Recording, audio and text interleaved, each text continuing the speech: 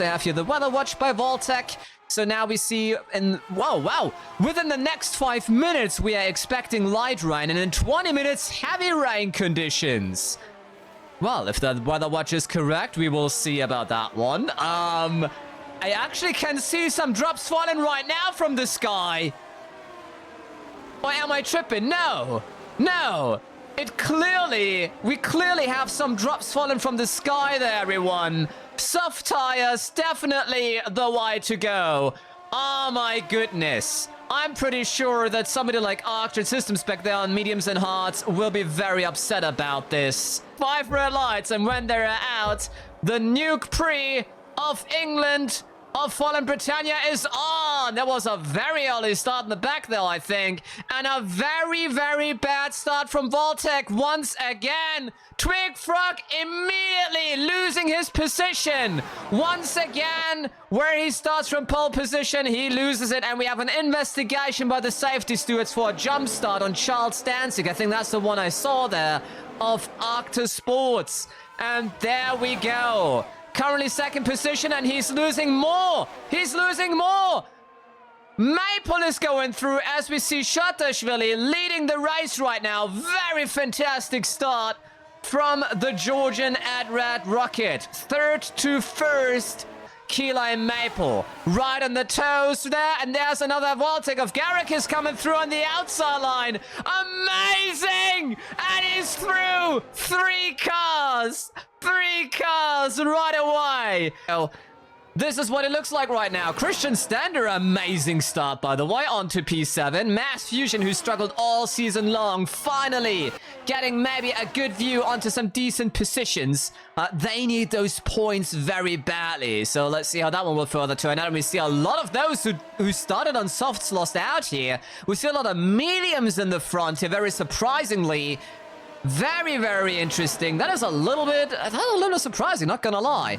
Stellis Dot is currently on P2. There we go. That's the replay of Shatashvili's maneuver that we saw earlier.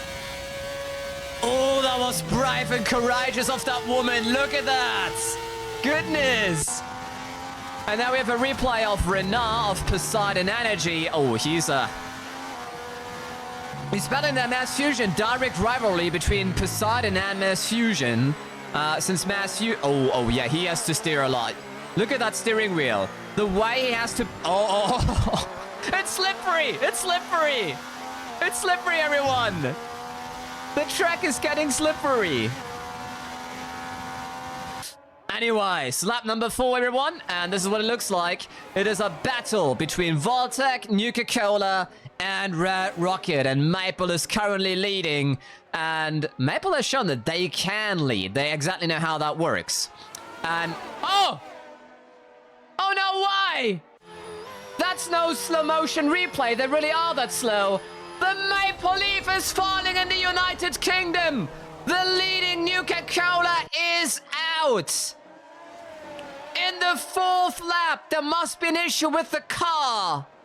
But then we've seen both Vaultec drivers always being very aggressive. And I really have to ask, isn't it already time for intermediates? And they do come in! Right as I asked the question, they do come in. Alrighty, what will it be, everyone?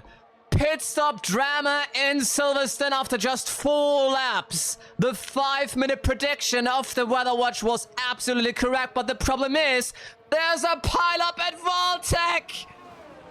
Look at this, Garricus is standing and standing and standing, and I'm sure he cannot stand it because he was just declared to be the first driver of Vaultec, the one that Vaultec wants to gamble on for the championship after the down performance of Frog, and Frog is blocking him in the pit lane. Oh my goodness, one catastrophe after another for one after another. And Frog now is leading the Nuke Prix as Milan Strakovic of Rubco is battling against Twig Frog of Vaultec for the lead here right now. I don't know where Strakovic came from. It must have been through the pit lane battles there that he just got a very good window there. And he's overtaking without any issues here, blocking the corner perfectly. But then we know that Strakovic is a fantastic driver. And hence the battle is on between Rubco and Vaultec. Multiple mic... yeah, like tenths of seconds per lap. And that may not seem much when you lose like... Shatashvili is coming through. I totally was about to miss that. There we go. Shatashvili going past both of them. Doing the same trick we saw earlier. Very smartly applied. It really seems like, yeah, I gotta say, the track seems to really like this battle, this threesome battle, because it's getting wetter and wetter, and we may actually need the blue mark rain tires soon if it goes on like that. But now, there we go. Strakovic staying in the slipstream, but he doesn't try it in this corner now. But the rain is intensifying. The weather watch was correct, it seems like. That the rain is only intensifying. I'm kind of surprised we don't see Fujiu Toshi, because Toshi performed always very greatly in the rain, as we have Big Pops Bubblegum with a quick word for you, because every bubblegum has a funny. And so let's unpack it for today. Where did the wheels go in the pit stop? They retired. That is, again, Big Pops Bubblegum. Every bubblegum having a funny for you to brighten your day. The left field roundabout is then the inside for Shatashvili again. So the strategic placement, and also Shatashvili, do you see that? That is a Swiss cheese on that front wing. There are 2 holes in that side flap there. What is it with these drivers here? It seems like everyone at the front there has damage to their front wings. So they really did battle more feistily than we gave him credit for. That was a very mean one. Good that Frog saw that and stepped onto the brakes, otherwise this could have been a terrible shunt. These drivers are really risking it all despite the rain. You can clearly tell those 3 are totally on edge. They all want to get it. They all want to perform and show their absolute best here today, because they all fear for their position there. And we do see cars coming up. There we go. We saw the Voltec of Garrikis, and I think that is Jessie K. Kin of Nuka-Cola. We said it earlier, she may have a chance to catch up, and with those 3 in the front holding each other up so long with those feisty battles, they're losing out more rather than abusing each other's slipstream and trying to do clean maneuvers all the time and just, you know, let the others go. So we may see once again like 5, 6, 7 cars battling for the lead. Oh, 3 cars wide into that turn. 3 cars! Goodness. Goodness. I only can throw my hands into the air about this one, because that is always so risky. And you never know where this is going to, but here we are. Alrighty. Now this very high G-force turn off the cops. Everything okay here. But they do hold each other up. There you go. They are catching up further as they're slowing down again. They go so slow for those turns where they could go full throttle due to how well the aerodynamics are. Oh my god, there's a whole train of cars. They got the whole world behind them. And my goodness, if they catch up right now, imagine there's 5 cars behind them. There would be 8 cars soon that will be in one bulk battling for the lead. And he's getting a little gap here as Strakovic is trying to defend with tooth and nail from the Georgian. Of course, there's very high tensions because, don't forget, Shatashvili is a big advocate for the freedom of Georgia of the Soviet Union, while we have here the Yugoslav driver not being so respectable of that.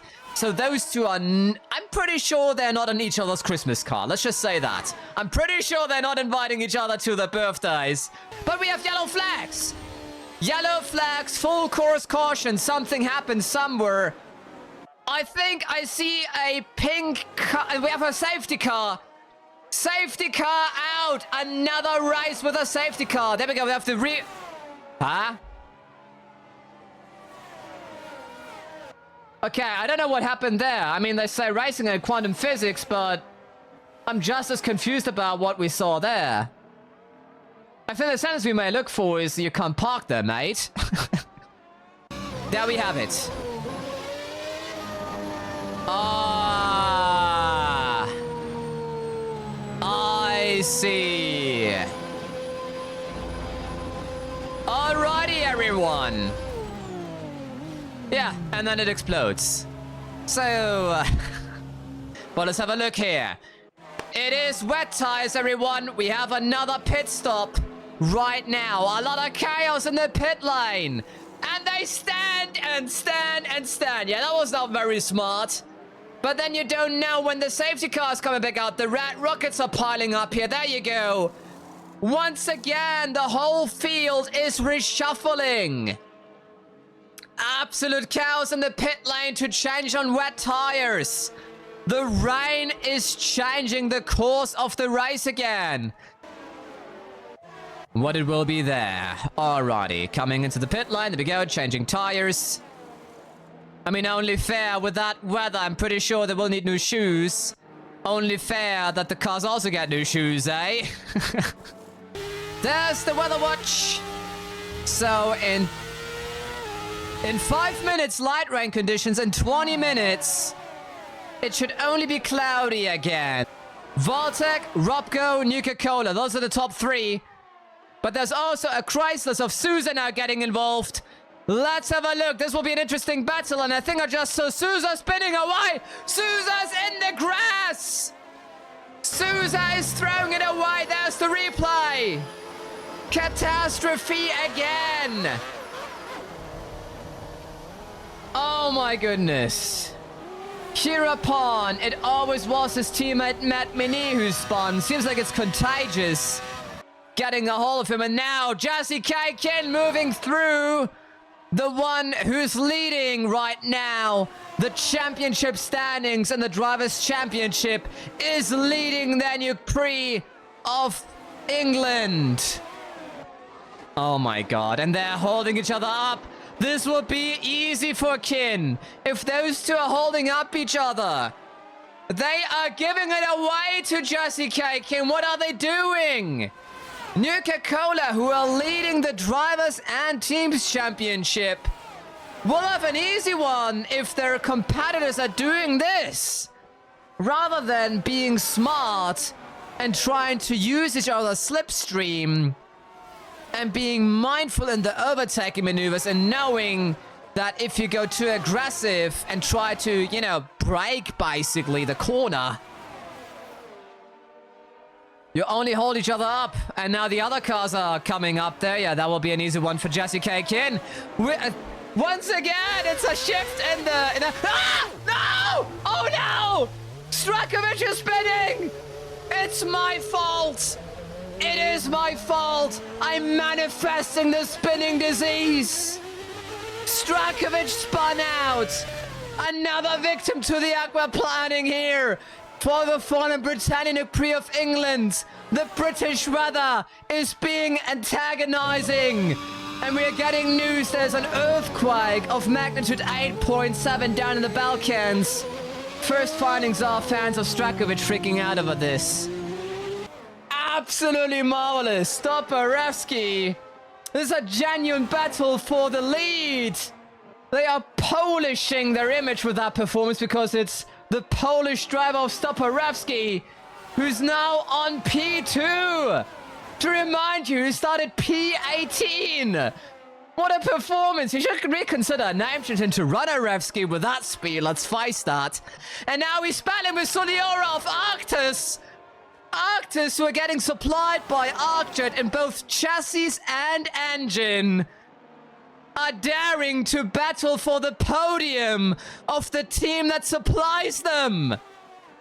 And they are in debt with Arcjet because they couldn't pay that deal. And they dare to have a look at that now. Soliora is saying, hello, I may have a peek, knock knock here. Side by side for the Maggots, Backets, and Chapel. For both Arcjet and Arctis.